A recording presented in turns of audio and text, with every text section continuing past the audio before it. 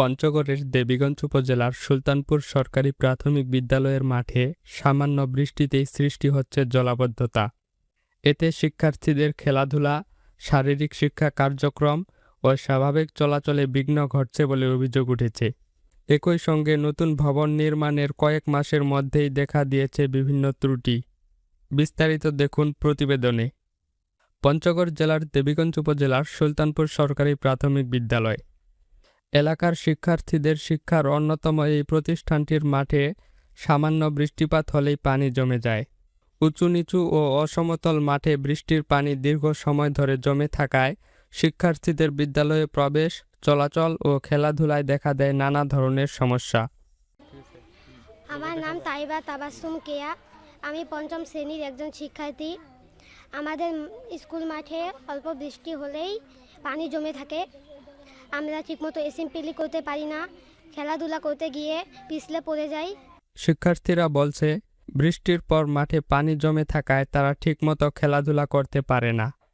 অনেক সময় বিদ্যালয়ের বিভিন্ন কার্যক্রম পরিচালনাতেও সমস্যা তৈরি হয়। আমার নাম মোসাম্মদ সুমাইয়া আক্তার। আমি পঞ্চম শ্রেণীর একজন শিক্ষার্থী। ক্লাসে ঠিকমতো ঢুকতে পারি না।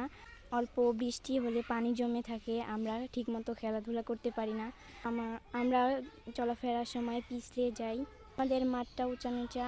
আমি বলতেছি যে আমাদের স্কুলের মাঠটা ঠিক করে দেওয়া হয়। একটু বৃষ্টি হলে পানি জমে যায়, আমরা হাঁটতে পারি না, হাঁটতে গেলে পিছলে পড়ে যাই। আমরা সঠিকভাবে অ্যাসেম্বলি করতে পারি না। বিদ্যালয়ের নিয়মিত শারীরিক শিক্ষা বা পিটি কার্যক্রম পরিচালনার ক্ষেত্রেও সৃষ্টি হচ্ছে প্রতিবন্ধকতা। ফলে শিক্ষার্থীরা শারীরিক বিকাশের গুরুত্বপূর্ণ সুযোগ থেকে বঞ্চিত হচ্ছে বলে মনে করছেন স্থানীয়রা। সুলতানপুর সরকারি প্রাথমিক বিদ্যালয়ের যে খেলার মাঠটি রয়েছে বিদ্যালয়ের, সে মাঠটি বর্ষাকালে, বিশেষ করে এই বর্ষায় অধিক জলাবদ্ধতার কারণে শিশুরা মাঠে খেলতে পারে না এবং এটা কর্তৃপক্ষের কোনো নজরদারিতেও নেই যে তারা পানি নিষ্কাশনের ব্যবস্থা করবে। এই অবস্থায় চলতেছে। এই অবস্থায় চলতে থাকলে বিদ্যালয়ের শিশুরা তারা কিভাবে খেলাধুলা করবে, আর পরিবেশটাও তো ঠিক থাকে না।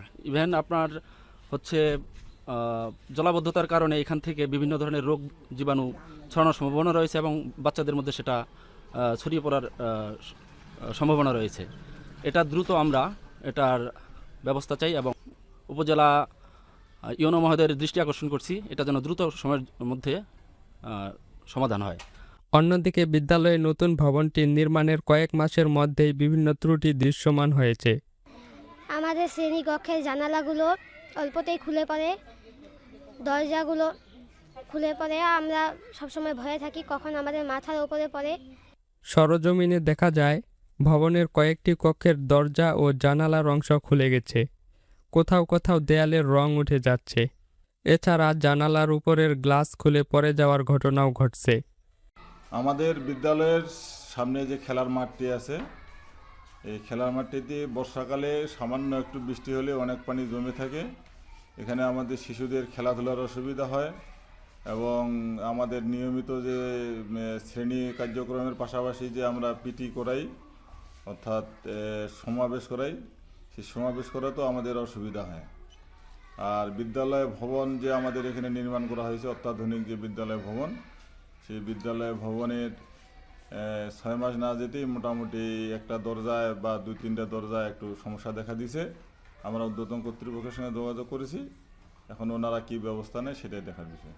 নতুন ভবন যেটা বিদ্যালয়ের, সেটির কাজ এত নিম্নমানের হয়েছে, এটার দিকেও কারো নজর নাই। জানালাগুলার অলরেডি খুলে পড়ার অবস্থা, খুলে পড়তেছে। এটারও দৃষ্টি আকর্ষণ করছি ইউনো মহোদয়ের কাছে। এতে শিক্ষার্থী ও অভিভাবকদের মধ্যে উদ্বেগ দেখা দিয়েছে। স্থানীয়দের দাবি, দ্রুত মাঠ সমতলকরণ, জলাবদ্ধতা নিরসন এবং ভবনের প্রয়োজনীয় সংস্কার করা হলে শিক্ষার্থীরা একটি নিরাপদ ও শিক্ষাবান্ধব পরিবেশে পড়াশোনা ও খেলাধুলার সুযোগ পাবে। বিদ্যালয়ের মাঠের জলাবদ্ধতা নিরসন এবং ভবনের ত্রুটি দ্রুত সংস্কারের দাবি জানিয়েছেন শিক্ষার্থী, অভিভাবক ও স্থানীয়রা। এখন দেখার বিষয়, সংশ্লিষ্ট কর্তৃপক্ষ এ বিষয়ে কত দ্রুত কার্যকর পদক্ষেপ নেয়। জমির উদ্দিন, গণকণ্ঠ নিউজ।